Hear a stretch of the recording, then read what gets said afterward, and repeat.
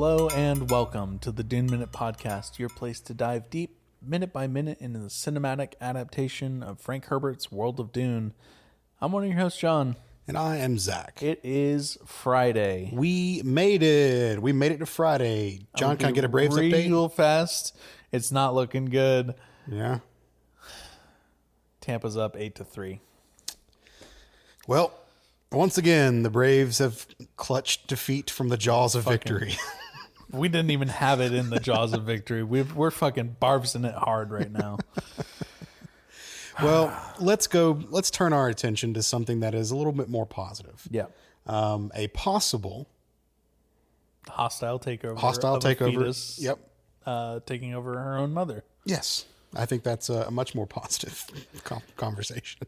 So where we left off yesterday, we had the conversation of how maybe Alia's taking over Jessica, because we start off with Jessica saying in a frightened tone that... We were talking about minute 29 through 30. Oh, yes. Sorry.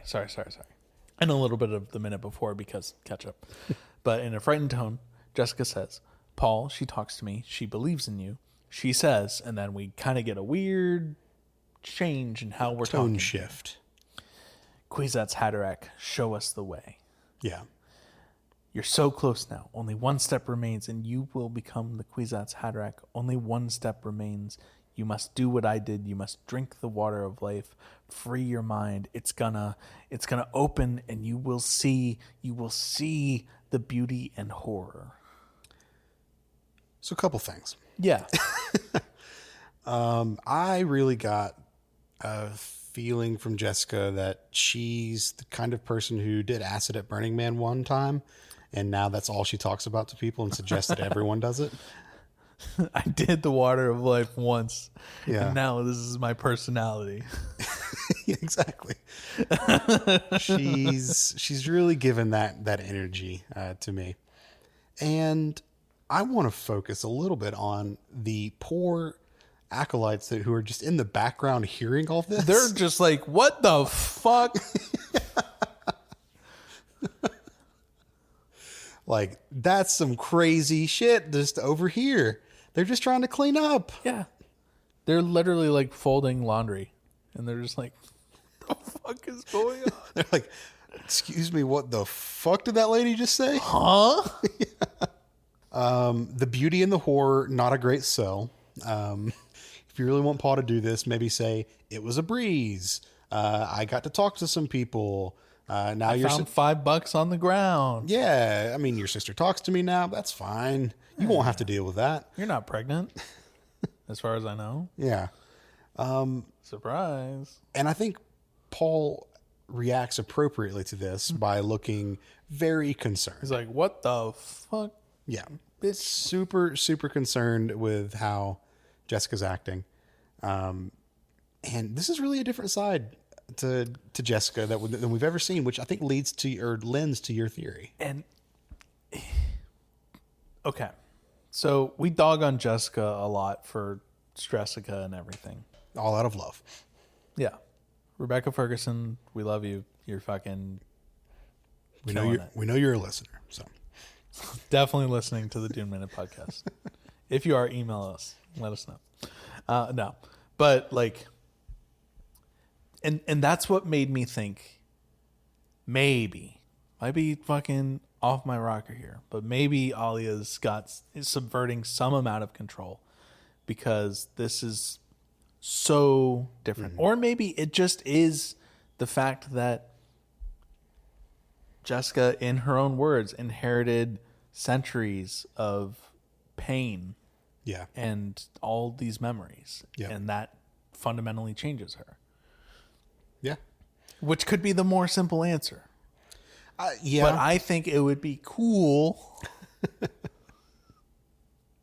if it was Alia talking through. Yeah, I agree. That would be a really, really cool because thing.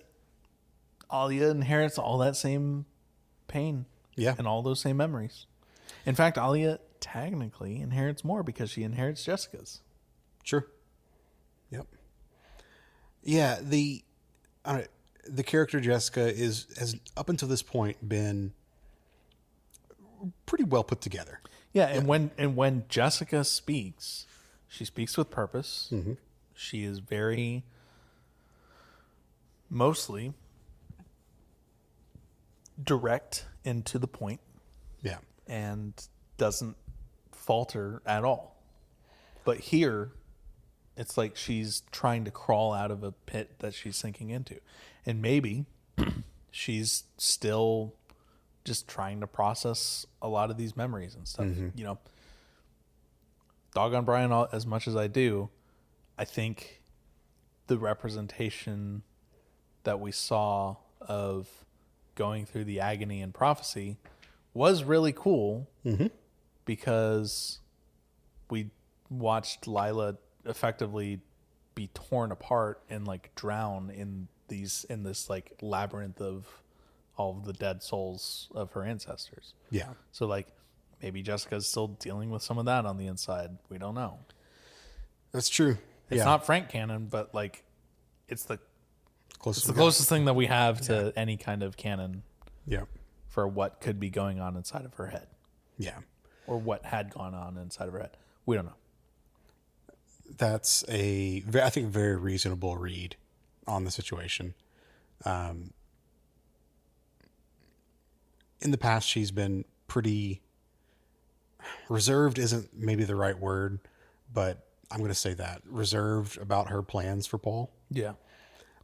They've been kind of very subtle. That's probably a better word. Very subtle about her plans. But now she's just like all gas, no brakes, driving towards this goal and saying, Paul, you got to do this. You got to do it, man. And we'll see Jessica later on in the movie kind of return to form where she's more back to that like composed and direct and everything later on. And we'll definitely have a lot more to say, especially in a very specific scene that I'm thinking of right now, near the end of the movie. But this moment here could be either the processing of everything, maybe some influence from Alia, combination of the two. Who knows? She's been through it, man. Yeah. She's had a rough couple of days. They all have. It's not great. But we don't get to really sit with this for too long. We cut to the dunes from here, and we have a nice wide helicopter shot. Notably, these scenes are shot in the UAE. These are not shot in Jordan, where all of our other scenes or all of our previous scenes were shot, and then the part where they were walking through the canyon to get to the siege were also shot in Jordan.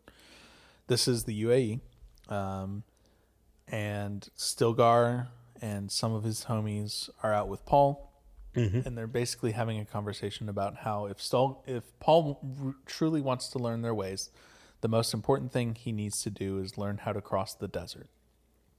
So Stilgar gives him a Frem kit. He said, there's a still tent in here. There's some food. I just need you to cross that small erg. Which that was a fun word. I had to look that up. Yeah. Erg, E-R-G. It is a broad, flat area of a desert covered in windswept sands with little to no vegetative cover. Which is very true of what we see. Yes. He says, cross that small erg. It's best to go at night. You know how to use a paracompass. And when Paul says yes, I read this as like he almost seemed surprised. Yeah. And because Paul says yes, and he just goes, oh, look at that. And then Paul's like, is there anything else I should know? And we get another mid-sentence cut off because Stilgar says, beside the worms. That's it. End of minute. Beside the worms. Which is, I think that's okay. All things considered, I think that's a fine That's place a great mid-sentence cut off. Yeah. That's a fine place to end there. Yeah. So we will have to see this desert figure crossing. out what is beside the worms on Monday next week. So nothing else from the books right now. This scene does not exactly happen there because I believe I mentioned on Tuesday or Wednesday that this was so the spice agony and the orgy scene. That was the end of this section of the book. Yep. At this point, there's a little bit of a time jump in the books, about a 2-year time jump that we pick back up on. This is going to be the points of contention that John and I are going to go through for a while because this time jump is not present in the movie. Yep. So some storylines are going to progress forward in the book here. Others we are going to have to circle back to in a little bit to get. So it's going to be a bunch of bouncing around different sections of the book, but that is fine. That's why we read. That is why we're doing the show, so we can keep everything in order. We're going to have parts of the movie that we're coming up on that will bounce back to earlier sections of the book too. Yeah, well, for sure. So nothing else from the book, but I will say that the section we are coming up, the final section of the book, is titled The Prophet. It's a very cool, very foreboding title, I guess, to that. So John, how would you rate this week? Well, it is a Friday, so we must discuss Shai Hulud's. Yes. Am I going only on the movie? If I'm going we talked about a lot. Yeah, we did. But in fairness, we are rating the minutes of the movie. Mm-hmm. I'm going to say probably a 6.5. Okay. This may be one of the rare moments where I go higher than you. Where you go higher than me? Yeah. I was going to go 7.5 for mine. Okay. I really enjoyed this section of minutes. It's very good. Maybe I enjoyed them as much as I did because of the associated lore with the books. Maybe that's okay. I'm not going to divorce those two. No. I could go to a 7. The thing that the real detractor for me this week is just the fetal time jump. Yeah. And it's such a small like detail or whatever, but like it's so weird and off-putting. Mm-hmm. And then, we do get really cool minutes after that and everything. And Rebecca Ferguson's, portrayal during the Spice Agony fucking nailed it. Great. Yeah. So yeah, I would say a 7. Okay. I think 6.5 is maybe a little too harsh. Good minutes all around for a good movie in general. All right, cool. Well, as we say on the end of every single episode, we are on plenty of social medias. And by plenty, I mean 2. One of them isn't really social media. No, one of them we don't check. That's not true. I was talking about YouTube. Oh. If you'd like to reach out to us, John is always manning the blue sky machine. And he would love to have some conversations with folks. We are at duneminute.com. Over there, we also have an email address. And that email address is duneminute@gmail.com. If you'd like to send us something that way, I do check that occasionally. So, send us something. And we will be back next week with another fun and exciting week of the Dune Minute podcast. We'll see you later. See you then.